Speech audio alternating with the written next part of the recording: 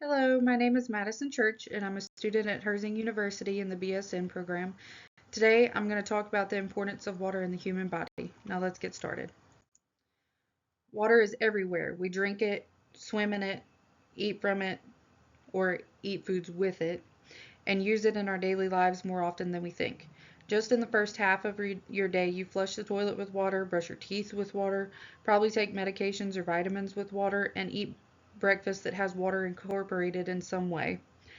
Today, we're going to talk about the functions of water, how much water we need on a daily basis, how to get the amount of water we need, what happens if we don't get the amount of water we need, and how the water in our bodies are affected by popular beverages. Yes, that means we're going to talk about the coffee next to you and how it affects you, but I have mine too, so don't worry. So when we think about water, we more than likely go straight to drinking water, but that's not the end of the story for water. Let's dive into a further look at the human body and water, shall we? Did you know that we are about 55 to 60% water? And babies are 75% water, which amazed me. Who knew those adorable little rolls we all want to pinch are made up of so much water? Phew, that's a lot of water for a cute little body. You can tell I'm a mom, can't you? Anyways, water has a ton of functions in the body. To name a few, it lubricates and cushions joints, regulates body temperature, is used in the composition of organs and organ systems, nourishes the brain and spinal cord, carries nutrients and oxygen to cells, flushes out waste products, and dissolves things in the body for use in systems or excretion. The crazy thing is, this is only a small look into the works of the water in the body. So, how much water do you need per day to ensure we're staying hydrated and all functions of water can be completed? As I stated earlier, we are almost all water, so I'm sure you're curious as to why we even need to drink a certain amount of water. Am I right? Well, the answer is because we lose about anywhere from 2 to 3 liters of water a day. How do we lose the water? Sweat, urination, bowel movements. Water is also taken up in the processes that occur in your body every second. How much water you drink per day can differ depending on things such as age, gender, and climate. In a humid climate, you'll want to drink more to maintain hydration because we're sweating more. And in general, men need to drink more water per day than women.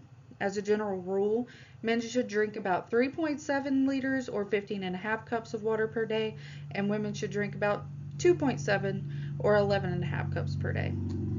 On the other slide, or on the next slide, I'm going to show you a table of recommended water intake based on age and gender as well, but for the purpose of giving you a general idea we will go with these numbers. You want to make sure that you're adjusting your water intake under certain circumstances as well. If you're in a warm, humid environment, exercising, or pregnant or breastfeeding, then you need to increase your water intake. A good rule of thumb is that if you're sweating or excreting body fluids in any way, then you need to replace them. The following chart shows how much water or beverages that are hydrating are recommended for consumption each day based on age and gender. As you can see, a young child will need much less than an adult, and a male is recommended to have more than a female. Refer to this chart and see how much water your family members and you should be drinking per day. All of all this talk about water may have you overwhelmed and make you think, how could I possibly drink that much water in a day? There are a few ways you can incorporate water more in your daily routine. Drink water with meals, before, during, and after exercise, between other beverages you may have in the day, like the coffee sitting next to you, and anytime you feel thirsty. Keep a large water container with you and take a sip every few minutes. They even make water containers that have reminders for you to take a sip every minute.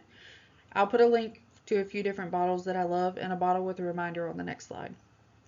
We all know that drinking plain water gets boring, so what are some other ways to stay hydrated and not drink plain Jane water all day? My favorite is infused water.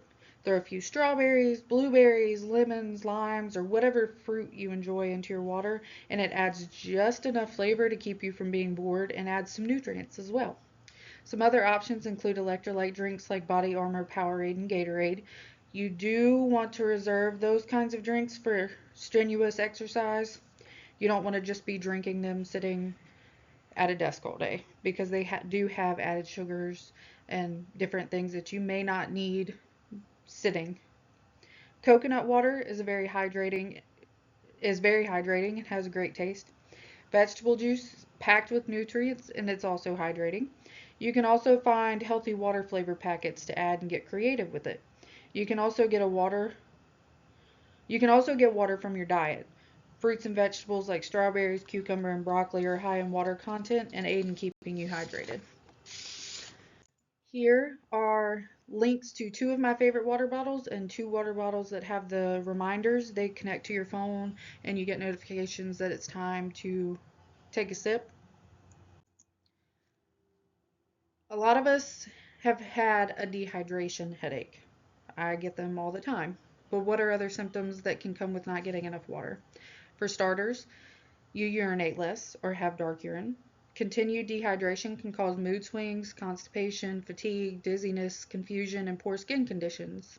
If you're dehydrated, then our skin is dehydrated as well, and it becomes dry and irritated. There are other complications of dehydration as well, like heart rate and hypertension. The moral of the story: stay hydrated.